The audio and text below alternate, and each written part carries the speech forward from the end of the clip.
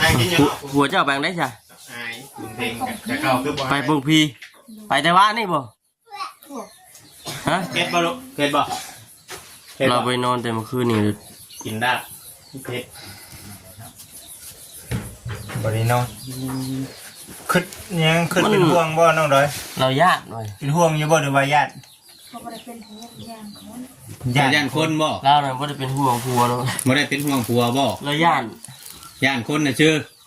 ย่างคนชื่อเพื่อนยังบ่แล้วมันอัดยังบ่แล้วเนาะถ้าว่ามีก่อนมีอย่างมีประตูอัดแล้วก็สิบ่ย่านปานใดเนาะไม่ย่านอันนี้เขาย่วงขึ้นก็ได้เดือนต่ำๆเนี่ยปืนเนาะปิดประตูหมายแล้วปิดกระตูก็ได้นะ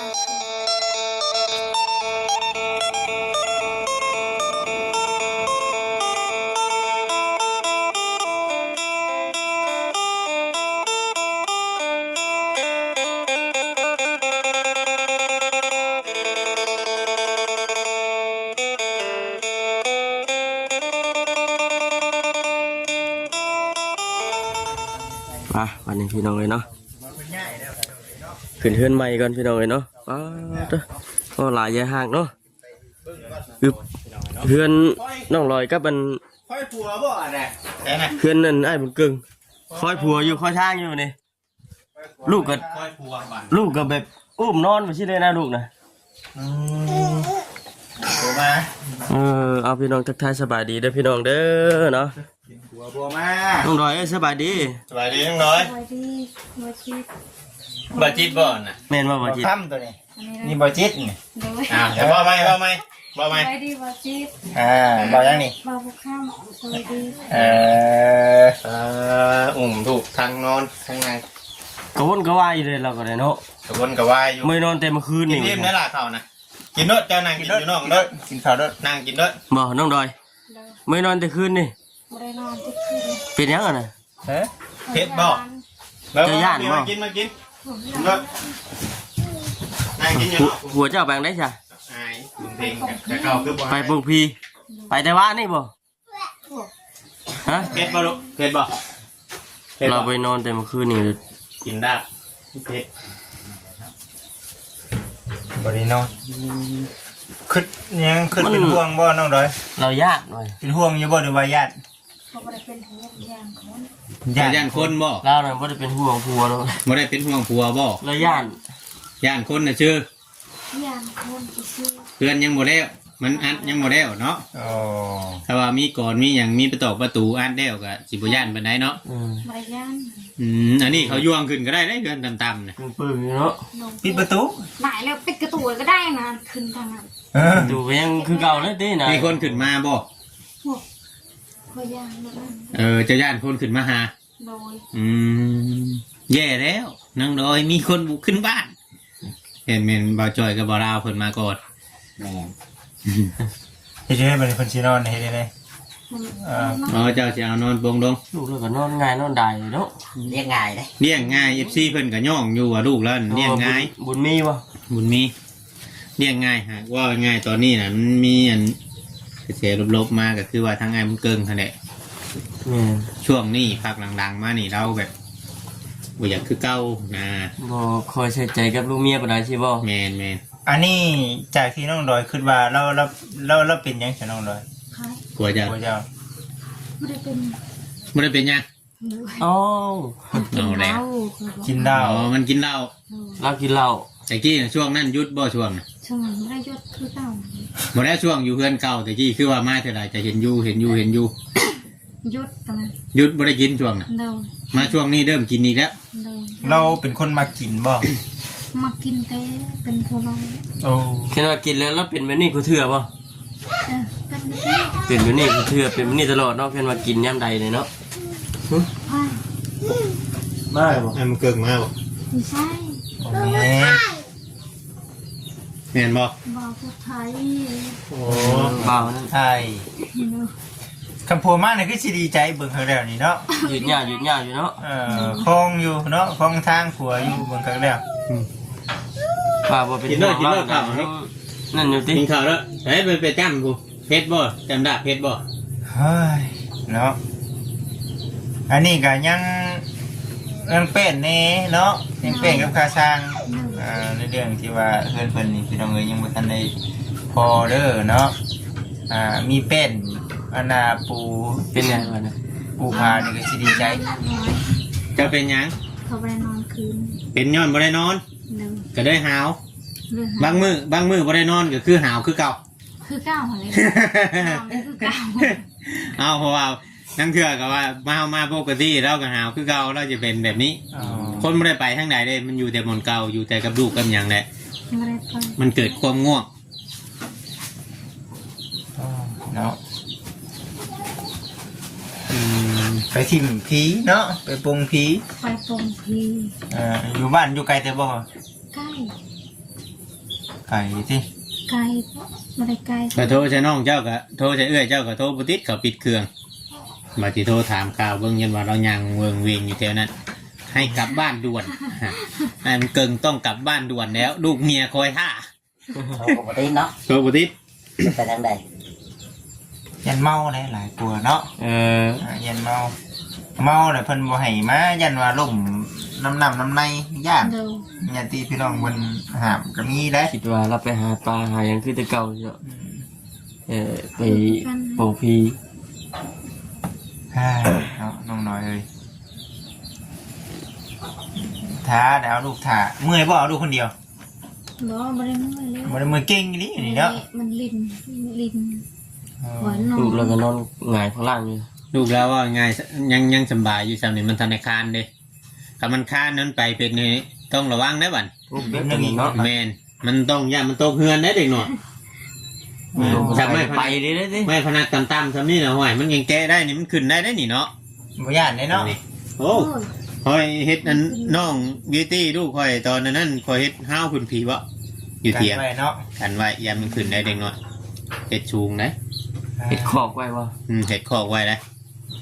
ไปทางใดบ่ได้อยู่แต่ปล่อยไว้น้ำคอกหันเวลาเราไปหันไปนี่นะเวลาเราลงตักน้ำหิวน้ำหิวยังยำแดนดังเลยยำคานน้ำดัง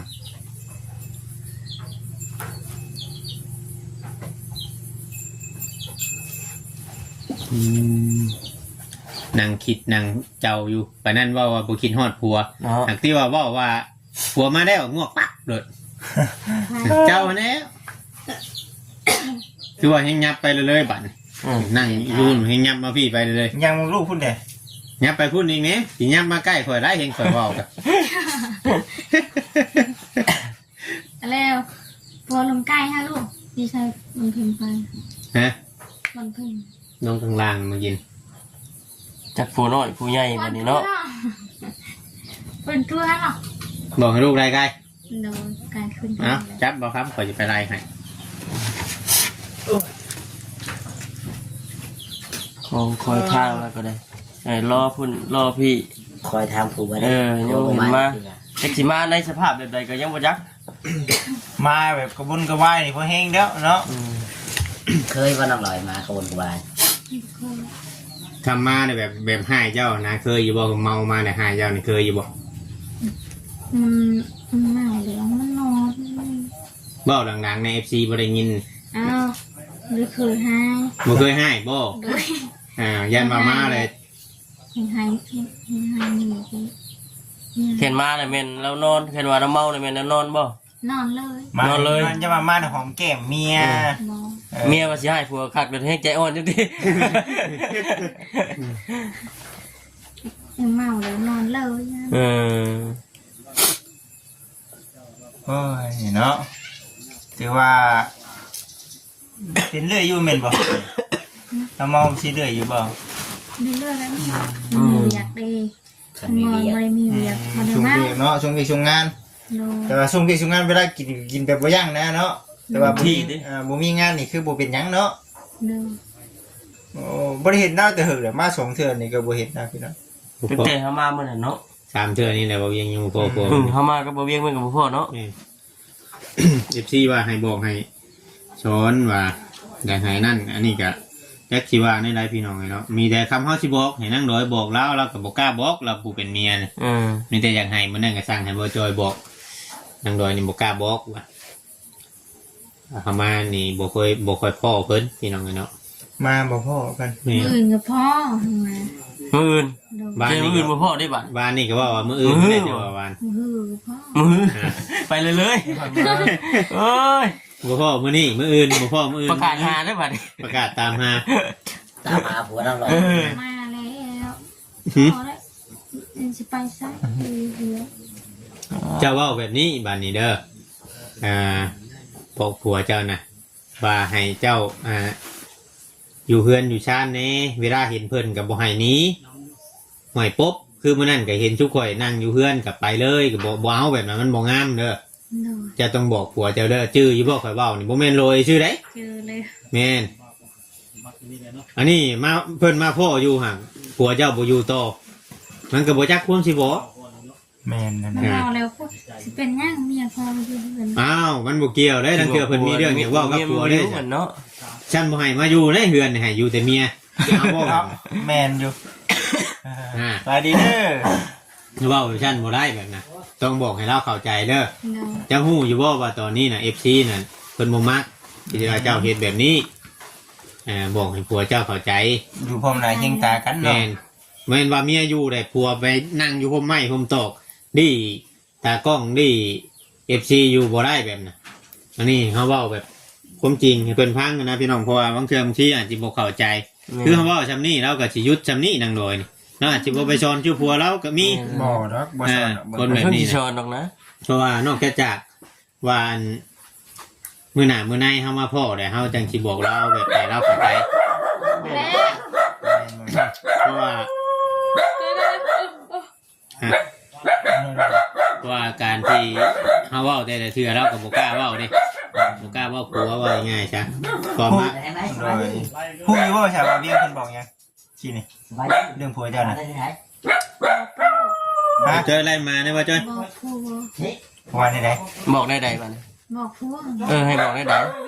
มาอยู่เพื่อน บ่ให้เพิ่นอยู่ อยู่ เห็น เพื่อ ว่าน ทีมงานมาเนี่ยแม่นบ่ให้เพิ่นไป ให้อยู่เพื่อนได้กะคำว่ามีเวียกเฮ็ดก็ให้เฮ็ดโลดคำว่าเฮ็ดหัวก็ให้เฮ็ดหัวโมเมนต์ว่าถ้าได้ทีมงาน อันนี้ทีมงานเพิ่นก็แนะนำทางกองดินสองดินชายก็คำเพิ่นบ่คุ้มบ่ดีก็บ่อยู่มา ดู อยู่มานะเขาก็ต้องขังไว้จังหน่อยฝนตกเพิ่นว่าเพิ่นชื่อมันเป็นเงินแน่นั่นน้อยๆกับดินชายน่ะ เป็นหนึ่ง คำให้จุมเจ้าหาชื่อเองนี่บ่ได้ บราย เชื่อเวียงโลดของเวียงว่าอันนี้มันนั่นพอ FC เพิ่นก็ยังให้บอกให้สอนผัวเจ้าเนี่ยแต่ว่าเราบ่อยู่ก็เลยบอกให้เจ้าพังแต่ว่ามื้อหน้าทำมาพ่อก็ยังไงก็ต้องได้บอกเนาะ บอกคือเก่า ทำสีแนวทางบางเทื่อบางทีคนบ่ฮู้หยังก็มีเนาะใหญ่ก็ใหญ่ชื่อคือ FC เพิ่นเว้าแหละเด็กน้อยสอนผู้เฒ่าบางคนบางเทื่อบางทีเพิ่นก็มันคล้ายๆว่าเฮานี่ล่วงเกินหั่นนะแต่ว่าความเป็นจริงแล้วบางเทื่อบางทีก็บางโบนเนี่ยมีหยังเขาก็อยากให้บอกให้พี่น้องไอ้ที่เขาบ่จัก FC เพิ่นเข้าใจอยู่แล้วพี่น้องเอ้ยเนาะอ่า เอาล่อให้รับเงินก่อนดิมากัน เจ้าคิดเห็นในลักษณะในเรื่องนั้นที่ข่อยเว้าน่ะเจ้าให้เว้าให้บอกให้สอนอยู่บ่คือว่าบ่ให้ชุมข่อยเว้าหยังบ่ ชวน เว้าลังๆนะบ่ได้ยินนี่ ให้เจ้าชวนนี่แหละ ให้สอนอยู่บ่ให้บ่ข่อยสอน บริหาร บ่ได้ให้บ่ทำให้เดี๋ยวสิบ่มาได้มื้อหน้า บ่กล้ามาเลยเนาะ เพราะว่าเฮาบ่ได้บ่ยังบ่ได้ซอยหยังรถมาชนเอาบ่ได้เนาะ ในใดมันดีก็บอกกันนี่แหละพี่น้องเอ้ยเนาะถึงสิช่วยบ่ช่วยก็ได้คือเว้าแน่หั่นแหละ ว่าบางคนเขาสิคิดแบบซั่นเด้บ่ตามที่เฮาเคยไปถ่ายมานี่เฮาก็เคยพ้อหลายบทบ่หลายเพิ่นก็ให้เฮาอีกนะ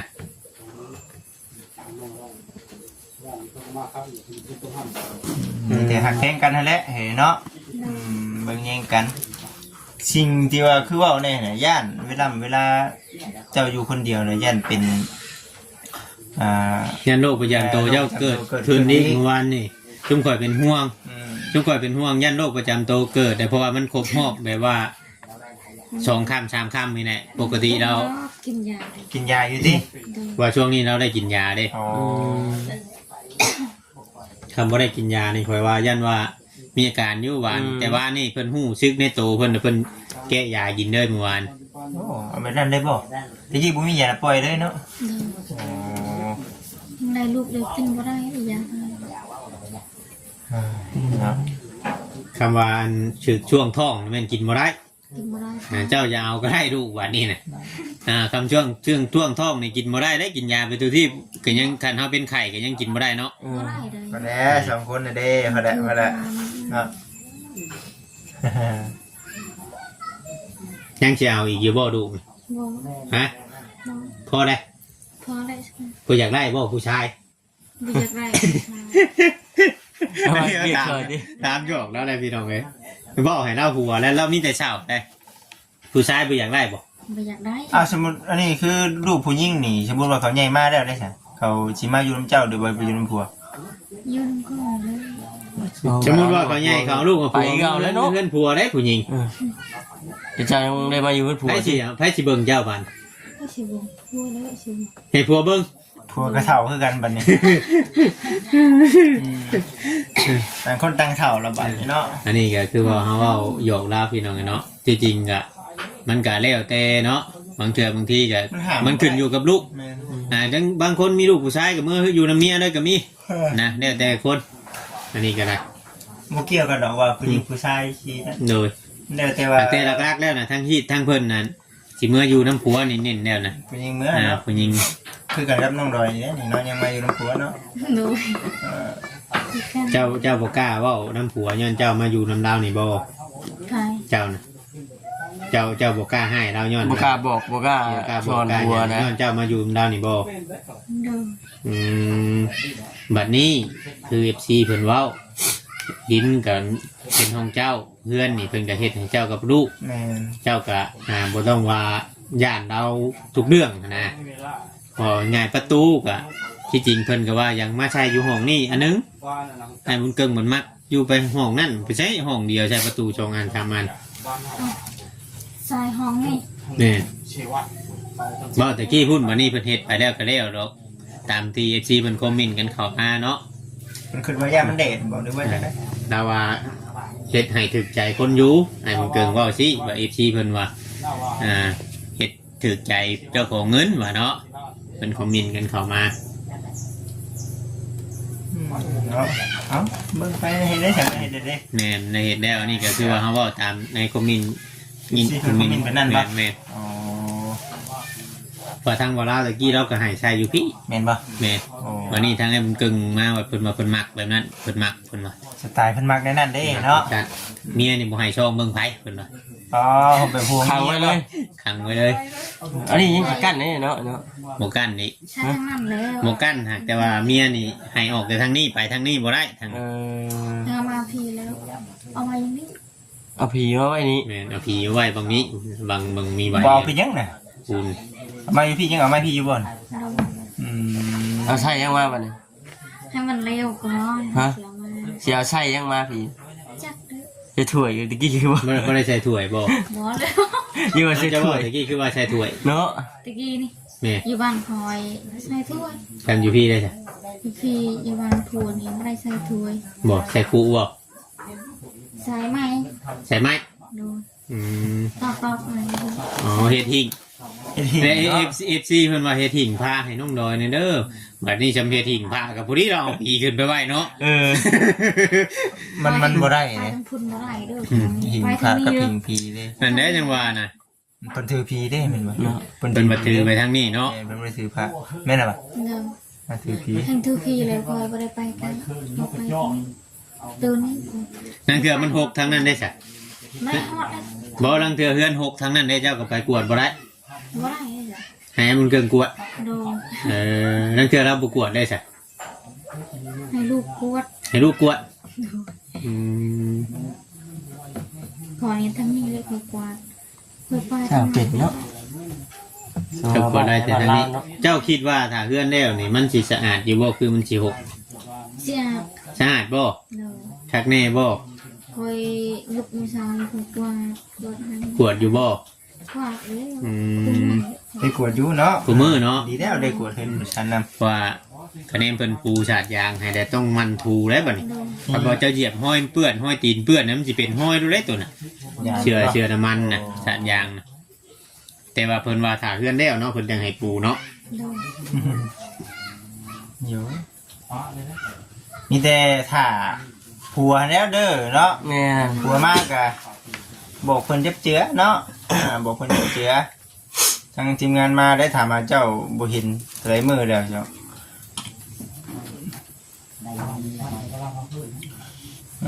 เราอย่างไปเพื่อนดีพี่น้องเอ้ยเนาะ ก็คือ โอ้ นี่ ช่างได้บางทีเราถ้าเก็บเต็มเก็บหยังเก็บหันเก็บนี่ซอยกับเจ้า ไปตั้งแต่ตอนเช้าเมื่อวานนี่นะ โอ้ ไปตั้งแต่ตอนเช้าเมื่อวานนี่คืนนี่ก็เบิดคืนนี่แบบว่าบ่ได้อันมาเลยนะเราอะ มาลูก แต่ว่าเราบุขี่รถถีบไปนะก็เลยนั่นเลย มันย่างไป ย่างไปบัดเรามาเราก็สิอ้างว่าของข่อยย่างว่าไกลแล้วเด้ไกลแล้ว ตัวอย่างเอาดิ นั่นแล้ว แม่น พอแล้วบาด โอเคจ้ะพี่น้อง ยังคือกินหน้าเขาเจพุ่นบาด เปิดให้บ่จักซั่น ฮะฮะคือจะเผายังบาด ไม่หยัง ได้ บ่ แต่สิเฮ็ดนะพี่น้องเอ้ยเนาะ ฮะเวียนหัวบ่ เราสิกินยาได้น่ะ กินยาได้อย่าดมได้นะเวียนหัวได้หาเริ่มไม่ได้หาเริ่มไม่ได้หาเริ่มแล้ว บ่เขาจิบท้องอุ้ย เราเจ็บท้อง เขาจิบท้องแต่คืนนี้เราไม่อยาก จะเจ็บท้องแต่คืนนี่เอาเครื่องใช้ยานี่ ไม่ เจ็บท้อง คอยจอยลงจอยลงใจกัน จะจอยลงกว่าเก่าบ่ เจ็บอีร้อน เจ็บดีโล เจ็บอี อันนี้แต่ก็เชื่อว่าคอยเพิ่น เจ็บท้องเจ็บใส่แบบปวดบ่อยู่บัดนี้เนาะ เนาะ แฮงอันนั้นบัดนี้พี่น้องเอ้ย เนาะ เมื่อคืนนี้เลยคอยใช้ยาหมดเลย ผัวกับผู้ยุ่ง คืนนี่อาศัยยานวดนี่นวดเอา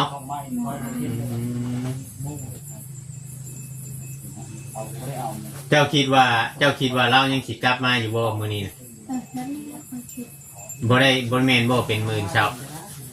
จับเลยคอยดู หรือว่าเราเป็นเคยแล้วเราต้องงั้นฮอด3คืนคืออันบ้านอันโพนสว่างบ่ยันเราขี้งอยางมามันไกล6กิโลพุ่นเนาะ เป็นนั่นอยู่เนาะ เนาะมันไกลยันขี้งอยางมา โอ้ยหาผัวเขาอยู่กันเนาะ โอเคพี่น้องคลิปนี้ก็คือสิประมาณนี้แหละพี่น้องเนาะจะ เก็บ ไป บ่ ก็ เลยเก็บท้องบ่ จบคลิปก่อนลาพี่ลาน้องไปก่อนเด้อพี่น้องเด้อเนาะสบายดี